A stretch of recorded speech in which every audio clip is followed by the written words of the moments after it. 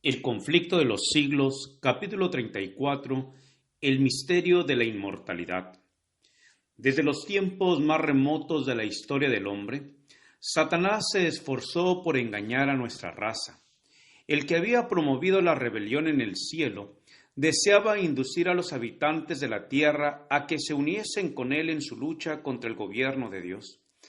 Adán y Eva habían sido perfectamente felices mientras obedecieron a la ley de Dios, y esto constituía un testimonio permanente contra el aserto que Satanás había hecho en el cielo, y de que la ley de Dios era un instrumento de opresión y contraria al bien de sus criaturas. Además, la envidia de Satanás se despertó al ver la hermosísima morada preparada para la inocente pareja. Resolvió hacer caer a ésta para que, una vez separada de Dios y arrastrada bajo su propio poder, pudiese él apoderarse de la tierra y establecer allí su reino en oposición al Altísimo. Si Satanás se hubiese presentado en su verdadero carácter, habría sido rechazado en el acto, pues Adán y Eva habían sido prevenidos contra este enemigo peligroso. Pero Satanás trabajó en la oscuridad, encubriendo su propósito, a fin de poder realizar mejor sus fines. Valiéndose de la serpiente, que era entonces un ser de fascinadora apariencia, se dirigió a Eva diciéndole: ¿con que Dios ha dicho, no comáis de todo árbol del huerto? Génesis 3:1. Si Eva hubiese rehusado entrar en discusión con el tentador, se habría salvado. Pero ella se aventuró a alegar con él y entonces fue víctima de sus artificios. Así es como muchas personas son aún vencidas. Dudan y discuten respecto a la voluntad de Dios y en lugar de obedecer sus mandamientos, aceptan teorías humanas que no sirven más que para encubrir los engaños de Satanás. Y respondió la mujer a la serpiente: del fruto de los árboles del jardín bien podemos comer, mas del fruto del árbol que está en medio del jardín, ha dicho Dios, no comeréis de él, ni lo tocaréis, no sea que muráis. Entonces dijo la serpiente a la mujer: de seguro que no moriréis, antes bien, sabe Dios que en el día que comiereis de él, vuestros ojos serán abiertos, y seréis como Dios, conocedores del bien y del mal. Versículo 2 al 5. La serpiente declaró que se volverían como Dios, que tendrían más sabiduría que antes y que serían capaces de entrar en un estado superior de existencia. Eva cedió a la tentación y por influjo suyo, Adán fue inducido a pecar. Ambos aceptaron la declaración de la serpiente de que Dios no había querido decir lo que había dicho. Desconfiaron de su Creador y se imaginaron que les estaban coartando la libertad y que podían ganar gran caudal de sabiduría y mayor elevación quebrantando su ley. Pero, ¿cómo aprendió Adán, después de su pecado, el sentido de las siguientes palabras? En el día que comieres de él, de seguro morirás. ¿Comprendió qué significaban lo que Satanás le había inducido a creer? ¿Que iba a ascender a un grado más alto de existencia? De haber sido así, habría salido ganando con la transgresión, y Satanás habría resultado un bienhechor de la raza. Pero Adán comprobó que no era tal el sentido de la declaración divina. Dios sentenció al hombre, en castigo por su pecado, a volver a la tierra de donde había sido tomado. Polvo eres y al polvo serás tornado. Versículo 19. Las palabras de Satanás, vuestros ojos serán abiertos, resultaron ser verdad, pero solo del modo siguiente. Después de que Adán y Eva hubieron desobedecido a Dios, sus ojos fueron abiertos y pudieron discernir su locura. Conocieron entonces lo que era el mal y probaron el amargo fruto de la transgresión.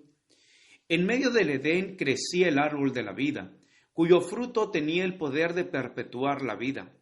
Si Adán hubiese permanecido obediente a Dios, habrían seguido gozando de libre acceso a aquel árbol y habrían vivido eternamente. Pero en cuanto hubo pecado, quedó privado de comer del árbol de la vida y sujeto a la muerte. La sentencia divina, polvo eres y al polvo serás tornado, entraña la extinción completa de la vida. La inmortalidad prometida al hombre a condición de que obedeciera, se había perdido por la transgresión. Adán no podía transmitir a su posteridad lo que ya no poseía, y no habría quedado esperanza para la raza caída. Si Dios, por el sacrificio de su Hijo, no hubiese puesto la inmortalidad a su alcance, como la muerte así pasó a todos los hombres, pues que todos pecaron, Cristo sacó a la luz la vida y la inmortalidad por el Evangelio. Romanos 5:12, 2 de Timoteo 1:10. Y solo por Cristo puede obtenerse la inmortalidad. Jesús dijo, el que cree en el Hijo tiene vida eterna, mas el que es incrédulo al Hijo no verá la vida. Juan 3:36.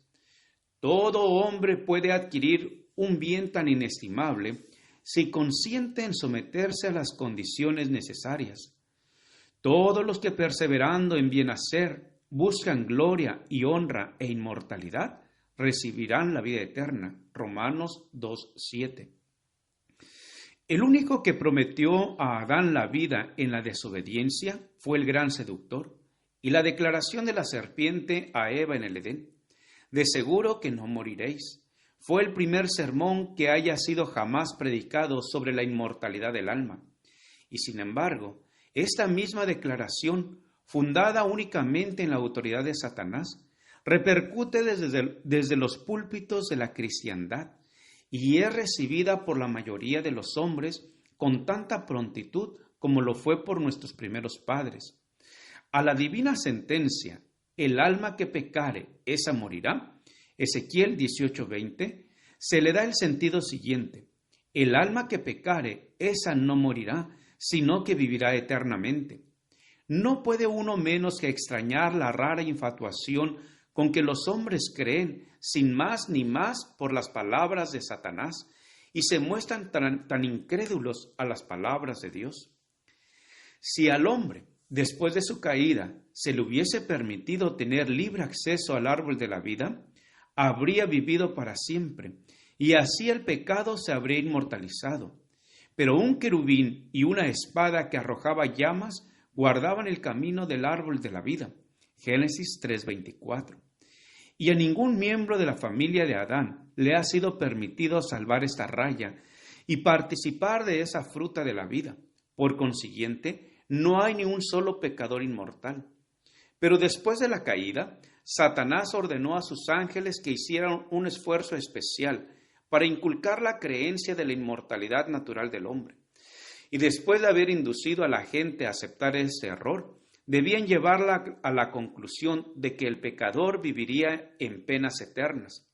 Ahora, el príncipe de las tinieblas, obrando por conducto de sus ángeles, representa a Dios como un tirano vengativo y declara que arroja al infierno a todos aquellos que no le agradan, que les hace sentir eternamente los efectos de su ira y que mientras ellos sufren tormentos indecibles y se retuercen en las llamas eternas, su Creador los mira satisfecho.